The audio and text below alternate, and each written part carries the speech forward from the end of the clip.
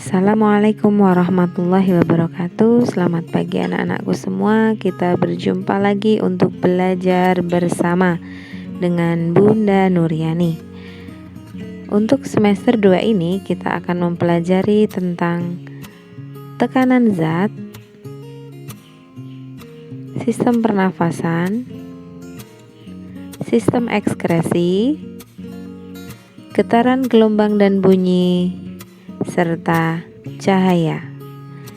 Dan untuk pertemuan pertama ini kita akan mempelajari tentang tekanan zat, yaitu tekanan zat padat, tekanan zat cair, tekanan darah pada manusia.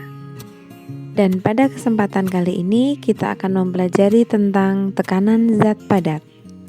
Simak baik-baik tayangan berikut ini.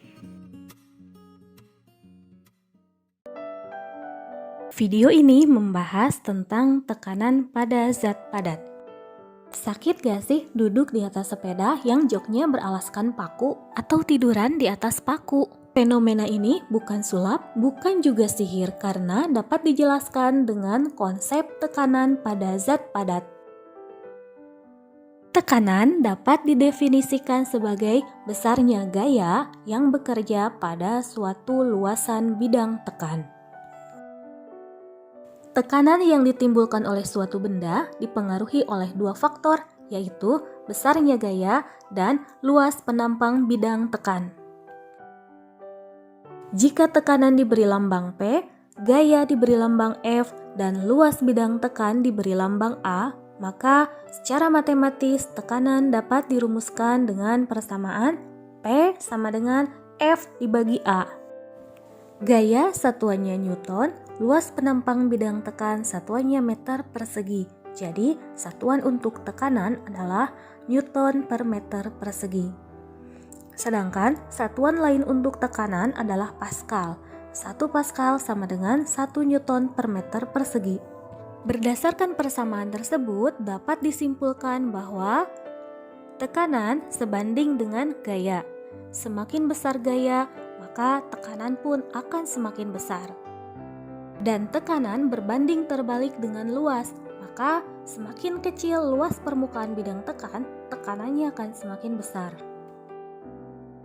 Untuk lebih memahami konsep tentang tekanan, mari kita simak beberapa contoh berikut. Menancapkan paku yang runcing akan lebih mudah daripada menancapkan bagian paku yang tidak runcing. Jika dipukul dengan gaya yang sama, maka tekanan yang dihasilkan oleh bagian paku yang runcing lebih besar daripada tekanan yang dihasilkan oleh bagian paku yang tidak runcing. Luas bidang tekan pada paku yang runcing lebih kecil daripada luas bidang tekan pada paku yang tidak runcing, sehingga tekanan yang dihasilkan lebih besar. Manakah yang lebih mudah, mengupas apel dengan bagian pisau yang runcing atau mengupas apel dengan bagian pisau yang tumpul? Luas permukaan bagian pisau yang tumpul lebih besar daripada luas permukaan bidang tekan pisau yang runcing.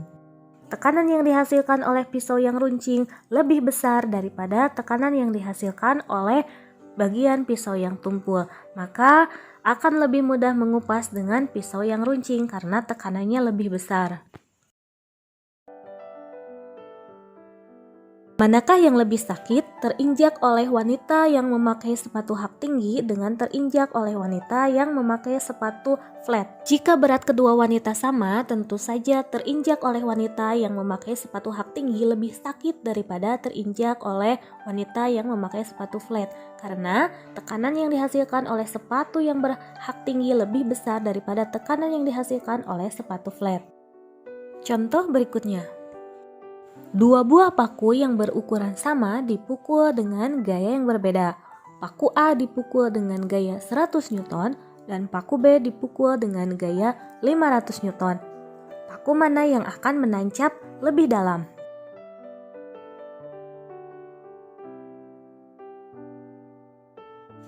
Paku B akan menancap lebih dalam karena gaya yang diberikan pada paku B lebih besar daripada gaya yang diberikan pada paku A. Semakin besar gaya, maka tekanan pun semakin besar. Jadi, paku akan menancap lebih dalam. Untuk menghitung besar tekanan, mari kita simak contoh berikut. Sebuah lemari memiliki ukuran panjang 1 meter, lebar 0,5 meter, dan tinggi 2 meter. Jika berat lemari 100 kg, berapakah tekanan yang ditimbulkan oleh lemari terhadap lantai? Berdasarkan soal tersebut, diketahui bahwa massa lemari atau M sama dengan 100 kg. Panjang lemari 1 meter, lebar lemari 0,5 meter, dan tinggi lemari 2 meter. Yang ditanyakan adalah tekanan lemari terhadap lantai.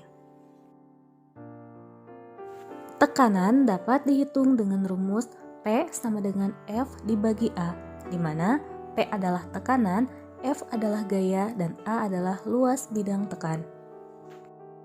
Gaya dapat dicari dengan rumus F sama dengan M kali G atau massa kali percepatan gravitasi. Massanya 100 kg, percepatan gravitasi bumi 10 meter per sekon kuadrat.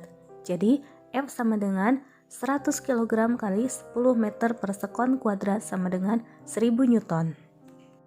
Sedangkan untuk luas bidang tekan, kita hitung dengan bagian lemari yang menyentuh lay, yaitu panjang kali lebar. Panjangnya 1 meter, lebarnya 0,5 meter. Jadi luas bidang tekannya adalah 1 meter kali 0,5 meter sama dengan 0,5 meter persegi. Kemudian kita masukkan ke dalam rumus P sama dengan F dibagi A, sama dengan 1000 Newton dibagi 0,5 meter persegi, sama dengan 2000 Newton per meter persegi.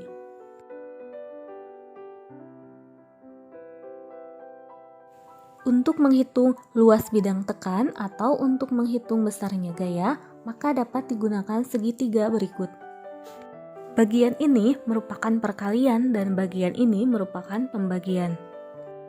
Jadi, berdasarkan segitiga ini terlihat bahwa P sama dengan F per A, F sama dengan P kali A, dan A sama dengan F dibagi P. Mudah bukan? Demikian penjelasan tentang tekanan.